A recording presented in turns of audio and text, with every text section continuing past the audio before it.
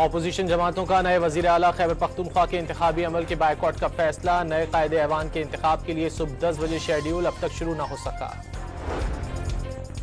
Governor Khyber Pakhtunkhwa ने गंडापुर का इस्तीफा एतराज लगाकर वापस कर दिया। तस्दीक के लिए गंडापुर 15 अक्टूबर को तलब। इस्तीफा मंजूरी तक नए कायदे ऐवान का इंतखाब गैर आईनी होगा।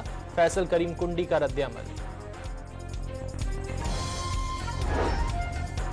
अली अमीन गंडापुर ने दोनों इस्तीफों पर दस्तखत अपने और दुरुस्त करार दे दिया है। पहले मुस्तरद किया गया 8 अक्टूबर का इस्तीफा अब तस्लीम कर लिया गया। सोशल मीडिया पर पैगाम।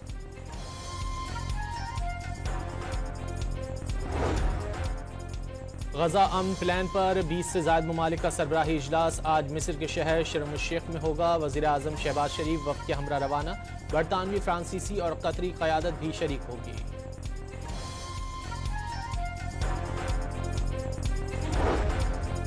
गजा में इसराइल और हमास के दरमियान कैदियों का तबादला। इसराइली यरगमाली रेड क्रॉस के हवाले। फलस्तीनी कैदियों को इसराइली जेलों से बसों में सवार करा दिया गया।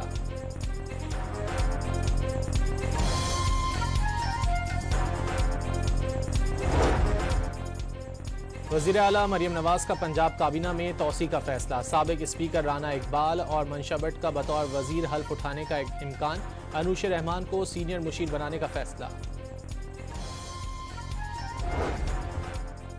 पाक फौज ने मुंह तोड़ जवाबी कार्रवाइयों से अफगान फोर्सेस की अक्ल ठिकाने लगा दी। 200 अफगान एहलकार और खवारिज हलाक। 20 से ज्यादा चेक पोस्टें, कैंपस, हेडक्वार्टर्स मलियामेट। 21 पोस्टों पर सब्ज हिलाली परचम लहरा दिया गया। अमरीकी सदर का पाक अफगान जंग रुकवाने में किरदार अदा करने का ऐलान। खुद को जंगें रुकवाने का माहिर करार देते हुए दावा किया।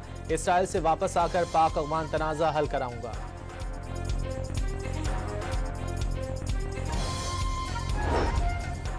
इस्लामाबाद और रावलपिंडी में चंद मकामात के अलावा तमाम शाहराहें जुज़वी तौर पर खोल दी गईं। सिक्योरिटी खदशात के बायस सरकारी ट्रांसपोर्ट सर्विस चौथे रोज भी बहाल नहीं हो सकी।